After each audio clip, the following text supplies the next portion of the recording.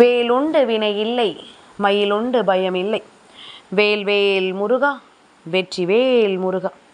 என் அன்பின் பிரியமே, உன்னுடைய கண்ணீருக்கு பதில் சொல்ல உன் அப்பன், உன் அழகன் இந்த முருகன் வந்திருக்கின்றேன். நிச்சயமாக என் வார்த்தைகளை கேட்டால் உன் மனதில் நிம்மதி பிறக்கும்.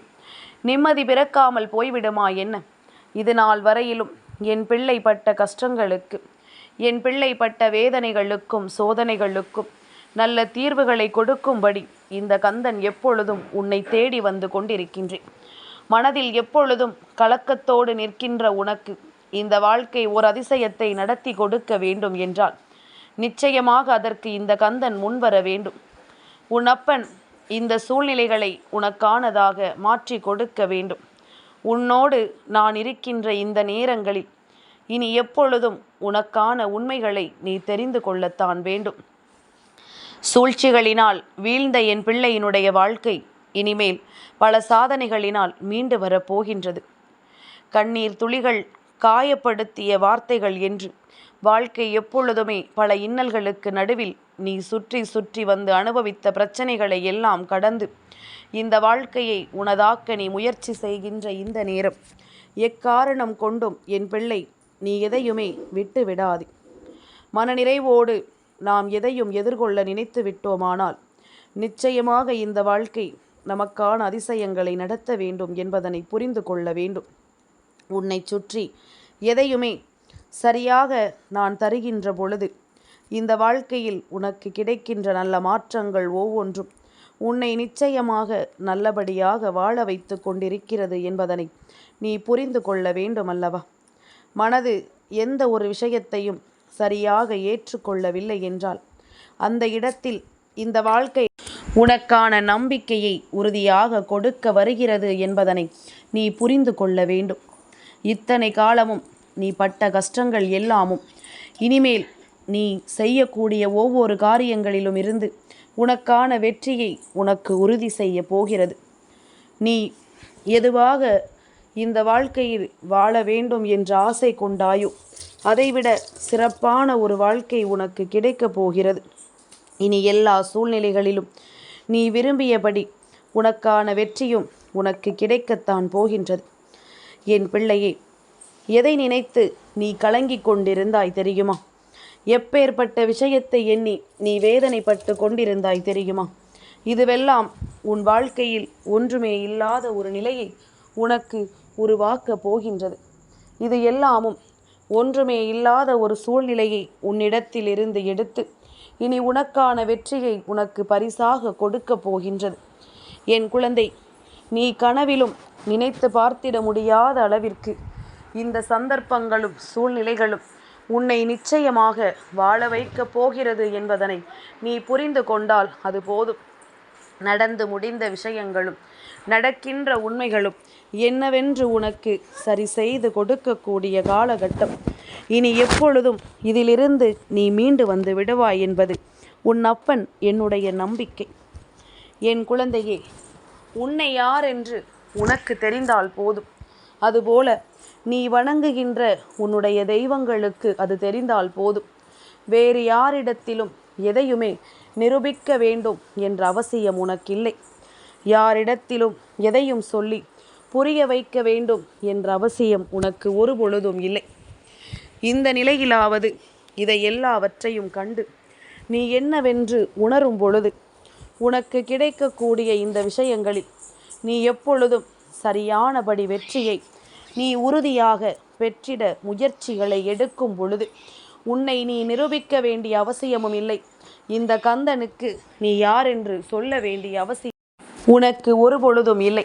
நீ யார் என்று நானாகவே புரிந்து கொள்வேன் உன்னுடைய செயல்களை பார்த்து. நீ யார் என்று நான் கண்டுபிடிப்பேன் உன்னுடைய எண்ணங்களை பார்த்து. அதனால் என்ன நடந்தாலும் ஏது நடந்தாலும் இனி எதற்காகவும் நீ வருந்தி வாழ்க்கையின் வேதனைகளை தூக்கி சுமந்து கொண்டிருக்காதே. உனக்கு நடக்கக்கூடிய விஷயங்கள் அத்தனையிலும் இந்த வாழ்க்கை மிளிரத்தான் போகின்றது. இனி உன்னை தேடி வரக்கூடிய விஷயங்கள் ஒவ்வொன்றிலும் உனக்கான மாறுதல்கள் நிறைவாக கிடைக்கத்தான் போகிறது என்பதனை நீ புரிந்து கொண்டால் அது போதும். கஷ்டமோ நஷ்டமோ வாழ்க்கையில் எது வந்தாலும் நமக்கிருப்பது நாம் வணங்குகின்ற தெய்வம், நம்மை காப்பது நாம் வணங்குகின்ற தெய்வம் என்று நம்பித்தானே என் பிள்ளை நீ ஒவ்வொரு விஷயங்களையும் செய்து கொண்டிருக்கின்றாய். உனக்கு யாருமே இல்லை என்றாலும் பரவாயில்லை. கந்தன் என்னுடைய நாமத்தை நீ சொல்லிக்கொண்டே இருக்கும் பொழுது நிச்சயமாக இந்த வாழ்க்கை நீ விரும்பியது போன்ற ஒரு அதிசயத்தை நடத்தும். கோபம் ஒரு நிமிடம் ஜெயிக்கும், அமைதியான வாழ்க்கையே வெல்லும். அதுதான் உண்மை. என் பிள்ளையே, அந்த ஒரு நிமிட வெற்றி வேண்டுமா, நிரந்தரமான வெற்றி வேண்டுமா என்பதனை நீதான் முடிவு செய்ய வேண்டும். நம்மை சூழ்ந்து வருவதையெல்லாம் நாம் சரியாக புரிந்து கொள்ள நினைக்கும் பொழுது இந்த வாழ்க்கை எதிலும் நமக்கான மாற்றத்தை கொடுக்கும் அல்லவா? உன்னுடைய வாழ்க்கையில் நிச்சயமாக நீ சந்தித்த எல்லோரையுமே நாம் நினைத்தது போலவே இருக்க வேண்டும் என்று எண்ணிவிட முடியாது. ஒவ்வொருவரினுடைய எண்ணங்களும் ஒவ்வொரு விதமாக இருக்கும் என்பதனை நீ மறந்துவிடக்கூடாது. என் குழந்தையே, சத்தமாக பேசுவது பலம் என்று நினைத்து சில பேர் கத்துவார்கள். ஆனால் உண்மை என்ன தெரியுமா? எப்பொழுதுமே சத்தமாக கத்துகின்றவர்கள்தான் பலகீனமானவர்கள். மௌனமாக இருப்பது பலவீனம் கிடையாது. உன்னுடைய இயலாமை உன்னை கத்த வைக்கிறது. இதுதான் உண்மை. எப்படி இருந்தாலும் சரி, கருத்து நியாயமாக இருக்க வேண்டும் என்பதனை புரிந்து கொண்டால் அது போதும். எல்லாமும் உனக்கு சரியாவதை நிச்சயமாக நீ உணர்வாய். என் பிள்ளையே, சிலரிடம் பேச மனம் இருக்கும், ஆனால் நேரம் இருக்காது. சிலரிடம் பேச நேரம் இருக்கும், ஆனால் மனம் இருக்காது.